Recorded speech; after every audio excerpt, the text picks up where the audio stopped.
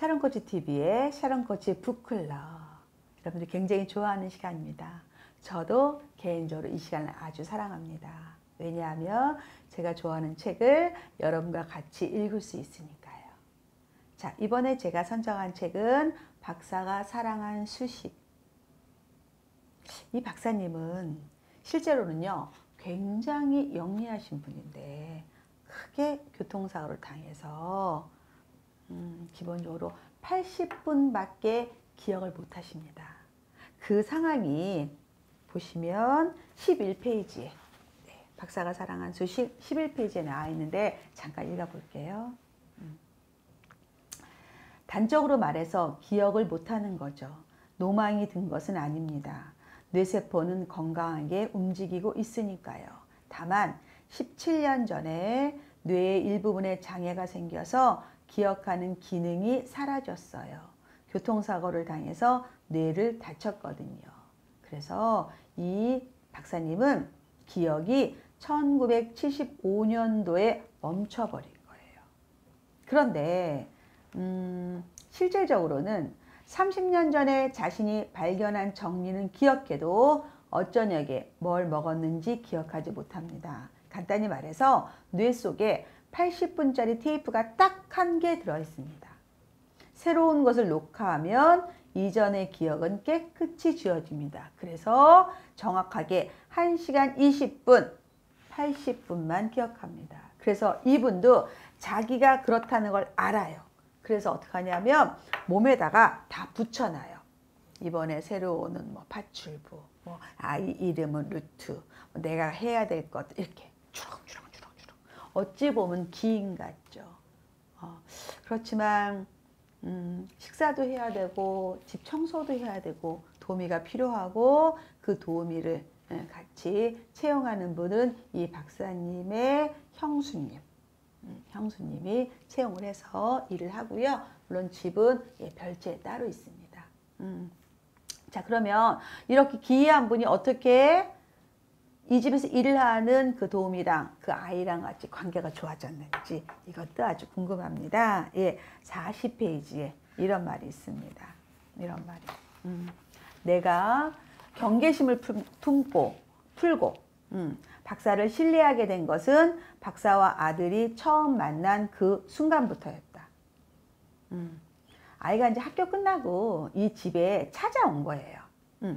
가방을 맨 아들의 모습이 현관에 나타났을 때 박사는 미소를 지으며 두 팔을 한껏 벌리고 아들을 포옹했다.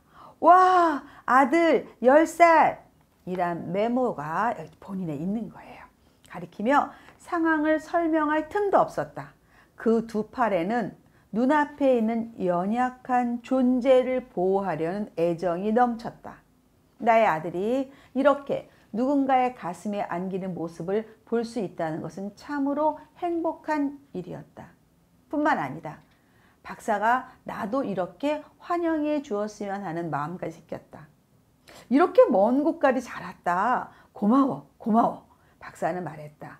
매일 아침 처음 보는 것처럼 되풀이되는 질문은 없었다.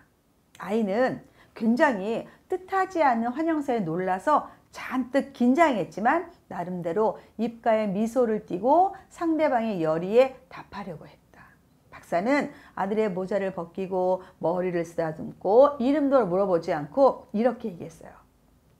너는 루트다. 어떤 숫자든 꺼려하지 않고 자기 안에 보듬는 실로 관대한 기호 루트야. 그리고 소매자락에는 메모지에 그 기호를 썼대요. 새 파출부와 그의 아들 10살 루트 이렇게요.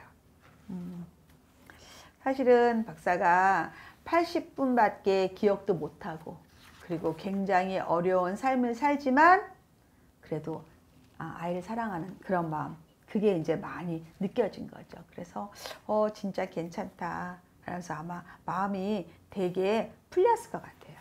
풀렸을 것 같아요. 그래서 실질적으로는 우리 그 주인공 여자분께서 여기에서 일을 하면서 어려웠겠지만 사실 이분은 미혼모라고 해야 될까요? 젊을 때 사랑을 해서 아이를 낳게 됐지만 남편 없이 아이를 키우고요. 그 다음에 일본의 파출부 회사에 등록을 하고 거기에서 가라는 대로 가서 일을 하고 그렇게 돈을 법니다. 평상시에는 일을 하고 끝나야지만 아이를 볼 수 있지만 박사가 배려해서 아이가 집으로 오는 거죠. 자, 박사가 어떻게 수학을 가르치는지 이런 것들이 나와 있습니다. 참 재미있어요. 자, 52페이지 한번 볼게요. 고등수학을 연구하는 사람이면 누구나 초등학교 수학쯤은 손쉽게 가르칠 수 있는 것일까?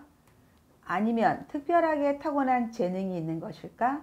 그는 분수와 비율과 부피를 정말 알기 쉽게 가르쳐 주었다. 아이의 숙제를 도와주는 어른은 누구든 이런 식으로 해야 한다고 생각될 정도였다. 자, 52페이지입니다.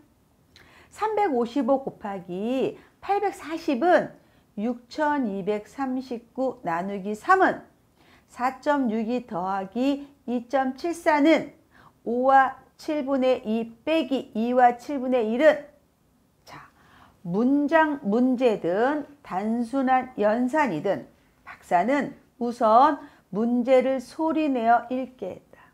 저는 이제 이 부분부터는 여러분들이 아이들한테 수학을 가르칠 때 수학을 어려운 아이한테 적용하셨으면 좋겠어요. 이 세계적으로 유명한 이 박사님은 무조건 문제를 소리나게 읽으라 그랬대요. 자, 어떻게 하냐면요. 문제에는 리듬이 있으니까 음악하고 똑같아. 소리내어 읽으면서 그 리듬을 타면 문제 전체를 바라볼 수 있고 함정이 숨어 있을 만한 곳도 발견할 수 있거든. 그랬더니 이제 아들이 루트는 서재 구석구석까지 울리는 힘찬 소리로 문제를 읽었다. 손수건 2장과 양말 2켤레를 380엔에 샀습니다. 같은 손수건 2장과 양말 5켤레는 710엔이었습니다. 손수건 1장과 양말 1켤레의 값은 각각 얼마인가요? 막 이렇게 읽는 거예요. 자, 그랬더니 자, 우선 어디에 주목하느냐가 중요하지. 잘 모르겠는데요. 그래? 오늘 숙제 중에서는 제일 어려운 문제인 것 같구나. 하지만 소리내서 잘 읽지 않았니? 이 문제는 3개의 문장으로 이루어져 있지. 손수건과 양말이 3번씩 나오고 몇 장, 몇 켤레, 몇 엔, 몇 장, 몇 켤레, 몇 엔 이 반복되는 리듬을 정확하게 파악하고 있었어. 아무 멋없는 계산 문제가 한편의 시처럼 들리더구나 라고 알려주는 거예요. 그리고 자세하게 아이가 쉽게 할 수 있도록 도와주는 거예요. 자, 사실 이 파출부는 남편 없이 아이를 키웠잖아요. 그리고 본인이 일하는 직장에서 자기 아이를 이렇게 돌봐주는 일은 거의 없어요. 그런데 아이를 너무 사랑하기 때문에 어떻게 엄마 없이 아이를 혼자 둘 수 있느냐라고 자기의 직장에 아이를 와도 된다고 허락했고 또 아이가 공부하는 걸 이렇게 너무 재미있게 해주니까 이 파출의 마음은 열리죠. 사람 마음이 그런 것 같아요. 특히 이분은 80분밖에 기억을 못하지만 농축되게 정말 인간으로서의 사랑, 어른으로서의 모습을 보여줘서 저는 아주 흐뭇했습니다. 박사가 사랑한 수식 이 책을 보면서 내 주변에도 이런 어른이 있었으면 좋겠다. 혹은 나도 이제 나이를 많이 먹었으니까 이런 어른이 되어야겠구나 이런 생각이 들더라고요. 자, 박사가 사랑한 수식 재밌으신가요? 예, 다음에 또 다시 재미있게 돌아오겠습니다. 촬영꽃이었습니다. 박사가 사랑한 수식입니다.